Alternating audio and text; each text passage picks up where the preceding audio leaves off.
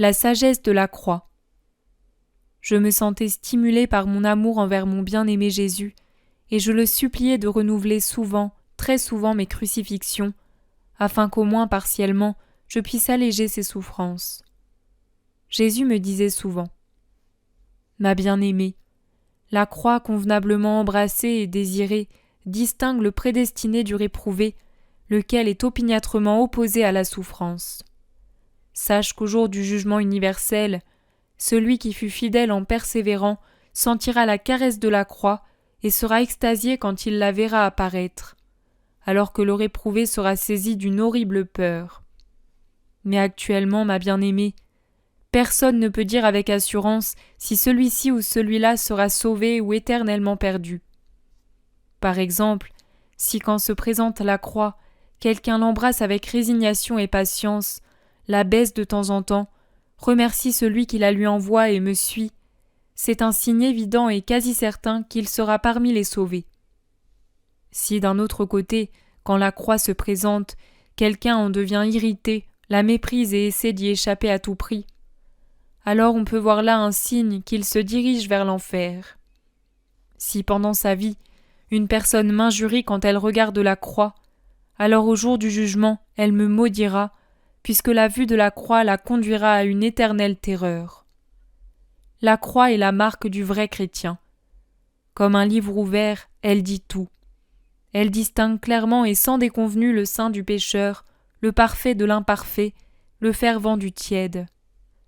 Elle donne la lumière aux bien-pensants, elle distingue le bon du mauvais et révèle jusqu'à un certain point qui devrait être dans le paradis et qui devrait y occuper une place prééminente. Toutes les vertus deviennent modestes et respectueuses devant la croix. Et sais-tu quand les vertus acquièrent le plus de luminosité et de splendeur ? C'est quand elles sont bien greffées à la croix. Comment pourrais-je décrire la profusion de flammes d'amour pour la croix que Jésus infusa dans mon cœur par ses paroles ? Je fus saisie par un engouement si grand de souffrir que si Jésus n'avait pas contenté mon cœur en renouvelant souvent, très souvent ma crucifixion, j'aurais certainement été tourmentée par des élans incontrôlables d'amour.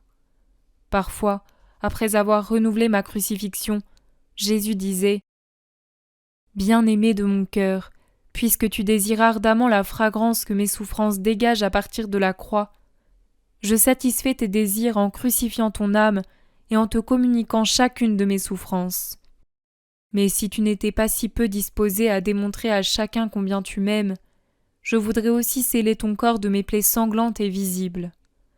Je veux dans ce but t'enseigner la prière suivante à dire pour obtenir cette grâce. Ô très sainte Trinité, baignée dans le sang de Jésus-Christ, je me prosterne devant ton trône et dans une profonde adoration, je te supplie par les sublimes vertus de Jésus de m'accorder la grâce d'être toujours crucifié.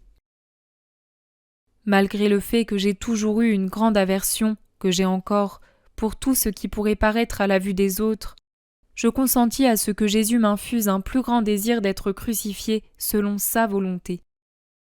Et ne voulant pas m'opposer à ce qu'il crucifie mon corps et mon âme, j'ai rapidement renouvelé mon acceptation avec ardeur et détermination. Par la suite, je lui ai dit : « Saint époux, les signes extérieurs n'apparaissent jamais sur moi, et si occasionnellement et sans penser, j'ai pu sembler accepter ces signes, je n'ai vraiment pas voulu consentir à cela. Tu sais comment j'ai toujours aimé que ma vie soit cachée. Puisque tu veux renouveler ma crucifixion, alors je te supplie de me donner la souffrance permanente sans allègement d'aucune sorte. Mais je désire seulement une chose, je ne veux pas de signe extérieur qui m'amènerait à l'embarras et la gêne. » Je n'étais pas seulement tourmentée par le fait que quelques signes extérieurs auraient pu se manifester sur mon corps, puisque sans penser, j'avais implicitement consenti à la volonté de Jésus en ce sens, mais j'étais aussi tourmentée par la pensée de mes péchés passés. J'ai souvent demandé à Jésus la contrition et la grâce de leur rémission. Je lui ai ensuite dit que je ne serais en paix et contente que quand j'aurais entendu de sa bouche « Tes péchés sont pardonnés ».